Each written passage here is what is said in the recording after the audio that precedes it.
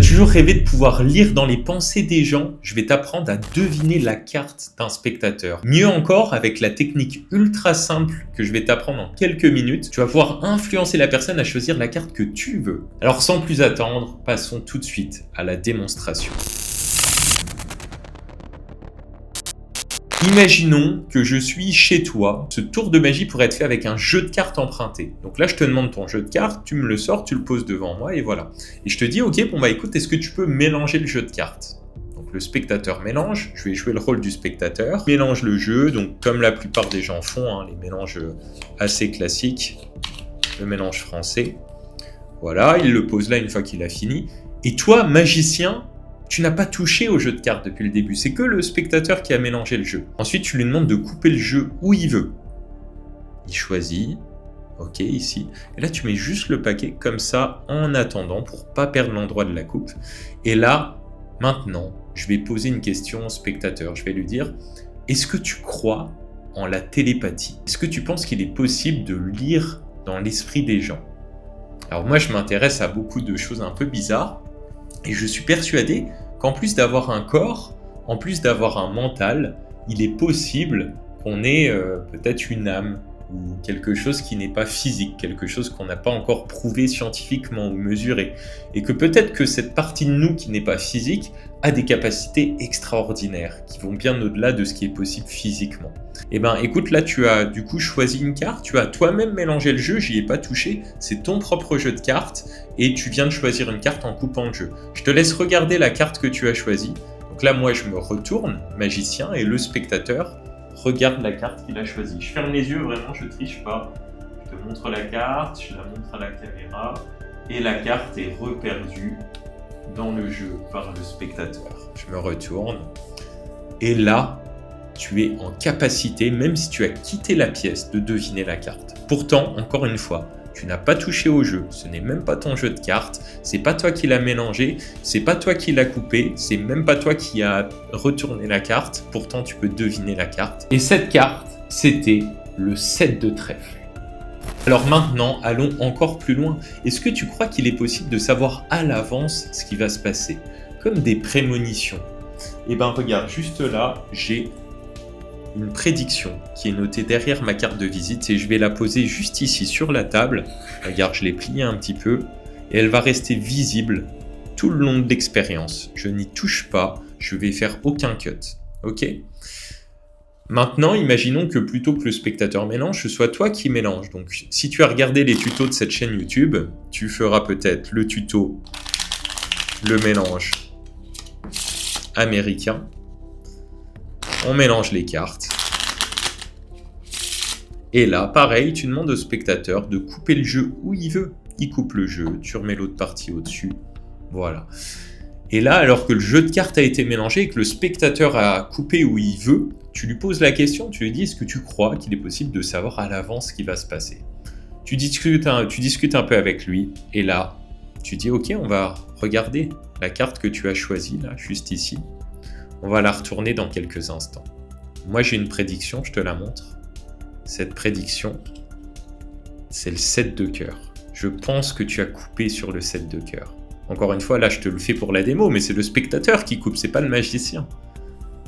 On retourne la carte, et on a bien le 7 de cœur. Alors, tu vas voir, ce tour est ultra simple, mais pour qu'il soit bien fait, tu vas devoir bien écouter la suite de la vidéo, parce que tu vas te rendre compte que seulement 20% du tour, c'est la technique, c'est le secret, c'est l'astuce, c'est le truc, mais 80% du tour résidera dans ta présentation.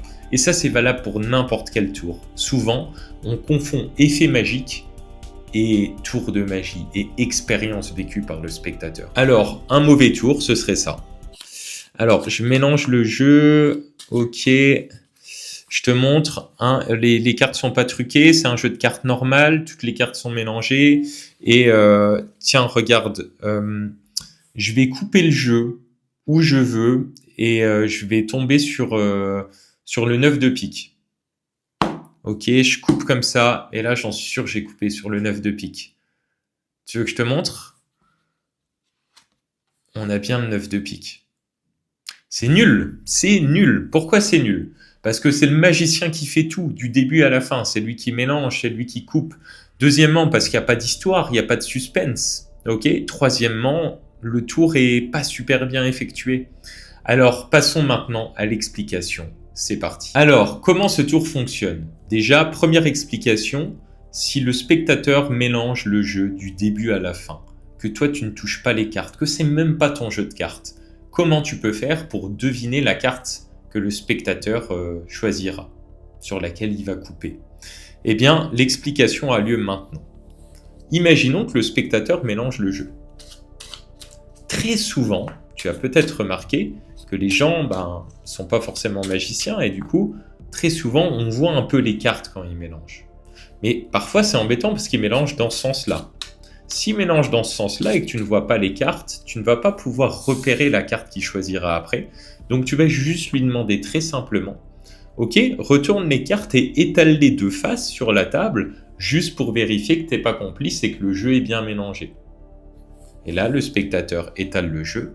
Et là, c'est bon, le tour est déjà réussi parce que tu sais déjà quelle carte il va choisir, sur quelle carte il va couper. Donc là, tu lui demandes de refermer le jeu. Encore une fois, toi, tu fais rien, tu donnes que des indications. Mélange, étale et coupe le jeu. Le spectateur coupe et je peux déjà d'avance te dire qu'il va couper sur l'as de trèfle. Hop, il met le paquet en travers comme ça. Et là, tu lui parles. C'est très important de lui parler à ce moment-là. Parce que tout à l'heure, quand il lèvera le paquet, qu'il regardera, ce sera bien l'as de trèfle. Alors, tu l'as sans doute compris. L'explication est la suivante. Le but, c'est de retenir la carte qui est sur le dessus du jeu. Ok? C'est-à-dire que quand il mélange comme ça, ou alors surtout, et c'est là où c'est le mieux, comme ça, tu vas peut-être apercevoir la carte du dessus. Si c'est le cas, c'est parfait, tu n'as même pas besoin de lui faire étaler les cartes. Si tu vois pas la carte, c'est pas grave, tu vas lui demander d'étaler les cartes et de vérifier que le jeu a l'air complet, par exemple. Enfin, il faut que tu donnes une justification à cet étalement. Ensuite, tu repères la première carte, l'as de cœur, et juste, tu la repères comme ça d'un coup d'œil, tu vas pas te fixer le jeu, ok? Hop, tu vois as de cœur, et puis c'est tout, tu le regardes dans les yeux et tu lui parles. Le spectateur referme le jeu, et tu lui demandes de couper le jeu.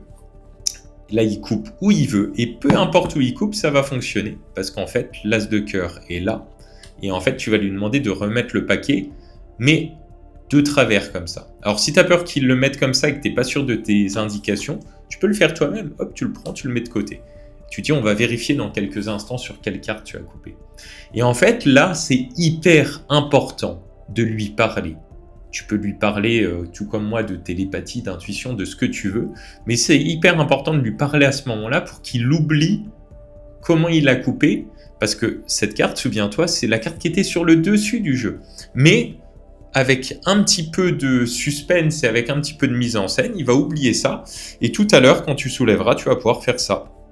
Soulever, prendre la première carte, la laisser dépasser et remettre le jeu comme ça, le refermer dessus. Et en fait, ce qui va se passer, c'est que là, on a vraiment l'impression que la carte sort du milieu du jeu, alors qu'en fait, c'était la carte qui était sur le dessus. Et là, si on regarde, c'est bien l'as de cœur. Ok, tu as compris ? Maintenant, passons à la deuxième expérience avec la prédiction. Comment ça fonctionne ? Donc, tu vas faire une prédiction, admettons 7 de cœur. Tu vas la plier, tu vas la poser en avance sur la table, alors peut-être dans une enveloppe, enfin dans ce que tu veux. Et là, tu vas sélectionner le 7 de cœur, le mettre au-dessus du jeu. Et là, du coup, contrairement au premier tour, quand le spectateur mélange, là, tu peux même prédire la carte qui va être choisie. Parce que le problème, c'est que quand il mélange, toi, tu n'as aucun contrôle sur les cartes. Tu peux juste repérer la carte du dessus et la deviner. Par contre, si c'est toi qui mélanges, tu peux faire en sorte que le 7 de cœur reste au-dessus. Et je vais te montrer comment. Donc, je pars du principe que tu sais déjà faire le mélange américain. Encore une fois, si ce n'est pas le cas, va voir le tuto. C'est assez rapide à apprendre et encore une fois, ça te servira toute ta vie. Alors, comment faire ? Eh bien, en fait, je vais faire le mélange américain et je vais faire en sorte que le 7 de cœur qui est là, reste sur le dessus du jeu. Je fais le mélange américain et la dernière carte que je pose, c'est la carte du paquet droit où il y a le 7 de cœur. Hop, je le fais et ça, je peux le faire plusieurs fois. Et les cartes sont vraiment mélangées. C'est juste que c'est toujours la même carte qui reste sur le dessus, le 7 de cœur. Ok ? Et bien maintenant, une fois que tu l'as contrôlé au-dessus, Tu connais la suite, tu demandes au spectateur de couper, tu reposes le paquet sur le dessus de travers, et tu lui dis « Ok, le jeu de cartes a été mélangé devant toi, je l'ai vraiment mélangé. Oui, tu as coupé où tu voulais. Oui, vérifions quelle est la carte que tu as choisie. Le 7 de cœur, prédiction, 7 de cœur. » Bon, comme tu le vois, c'est un tour assez simple. Mais encore une fois, et écoute bien ce que je te dis, parce qu'il y a énormément de magiciens, même professionnels, même des magiciens qui passent à la télé, qui ne suivent pas ce principe de base.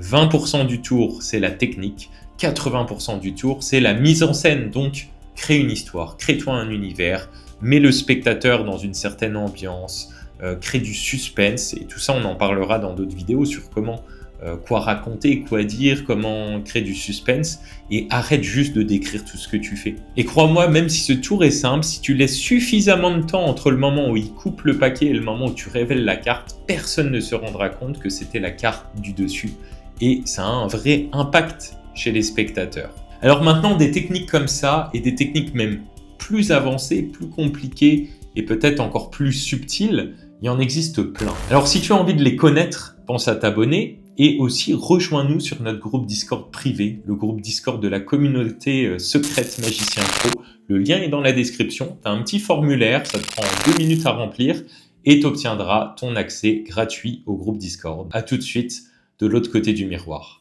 Ciao!